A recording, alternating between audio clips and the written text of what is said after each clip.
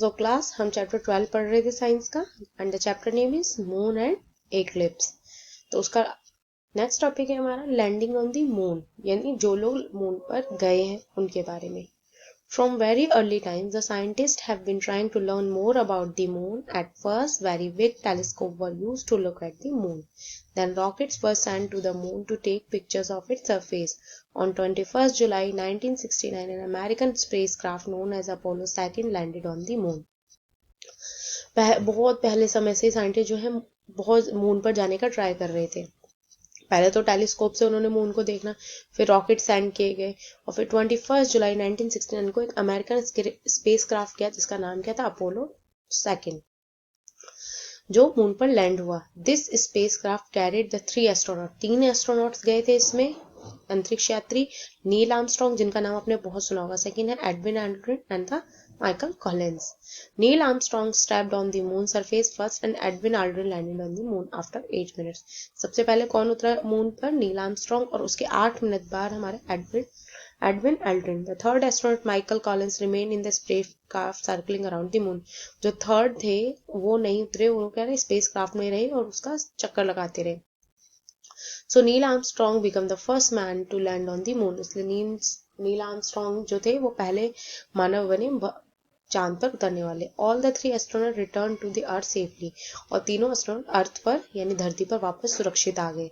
The landing on the moon was great victory to of hard work and the sacrifices of scientist.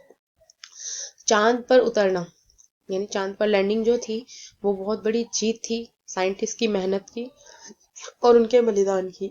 After this there have been many more visits to the moon. इसके बाद बहुत सारे लोग moon पर गए।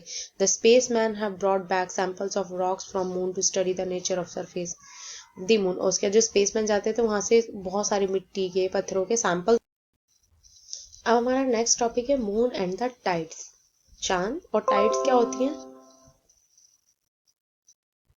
वो होती हैं लहरें। टाइड्स क्या होती हैं? लहरें। Unlike the sun the moon does not affect the weather. जैसे कि सन हमारे वेदर को अफेक्ट करता है लेकिन मून हमारे वेदर को उतना अफेक्ट नहीं करता। It also does not affect animal और प्लांट लाइफ ऑन द, और ये एनिमल और प्लांट लाइफ को भी कोई इफेक्ट नहीं करता। However it affects the water in the oceans and seas on the अर्थ।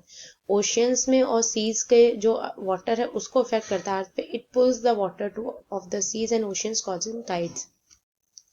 ये क्या करता है? पानी को खींचता है, क्योंकि मून में भी अपनी ग्रेविटी थोड़ी सी है, हमने जैसे पढ़ा था, तो ये उस ग्रेविटी के तौर पे उसको खींचता है और इससे क्या बनती है? टाइड्स।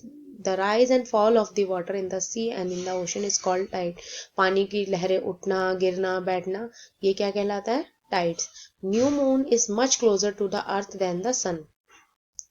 जो मून जो है हमारा वो अर्थ के ज्यादा पास है सन के। So the moon's pull on the water is much more than the of the sun. इसलिए जो पानी का जो खिंचाव है वो मून ज्यादा तेजी से कर पाता है सन के। As a result the water of the seas on the side of the earth facing the moon gets attracted upward. जिस साइड को चांद होता है उस साइड को पानी की लहरें ज्यादा उठती है। We call it high tide. इसको हम क्या कहते हैं? High side. At the same time the earth itself is pulled slightly towards the moon causing a high tide on the opposite side. In the areas between the two high tides the water forms low Tide.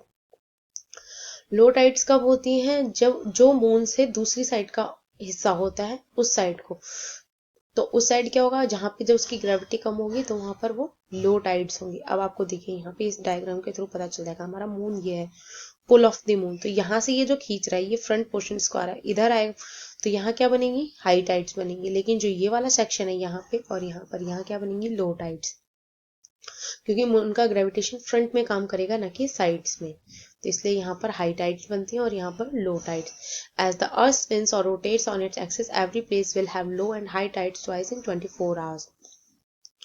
और 24 our earth अपनी axis पे घूमती है, इसलिए हर जगह पर high tides और लो tides बनती रहती हैं। द टाइड्स वारी with the phases of the moon, और जैसे कि मून फुल है तो ज्यादा खींचेगा, कम उसके फेजेस कम में है तो उसकी टाइड्स उतनी ऊंची नहीं उठेंगी। The highest tides occur at the time of new moon and the full moon.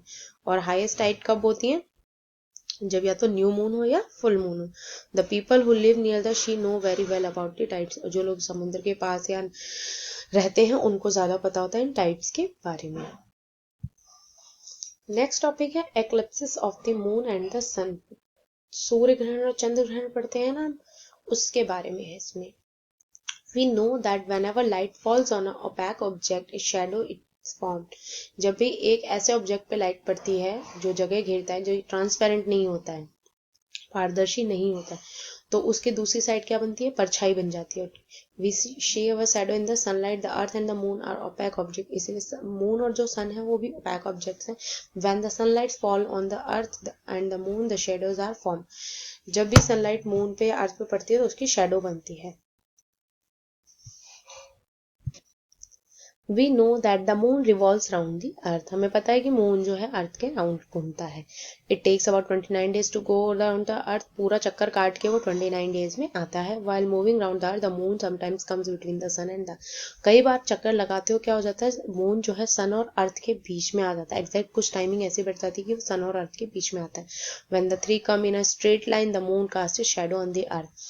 और जब तीनों एक लाइन में आ जाते हैं तो मून अपनी परछाई अर्थ पे बनाता है. The people in certain parts of the earth can not see the sun at all और सी इट ओनली पार्शियली.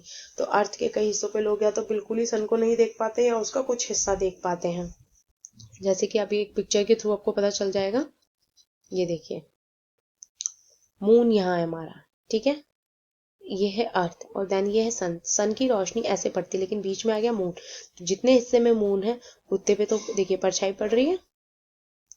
बाकी हिस्से पे धूप आपको सूरज की रोशनी जाते हुए दिखेगी, लेकिन इतने हिस्से पे क्या हो रहा है, परछाई पड़ रही है मून की.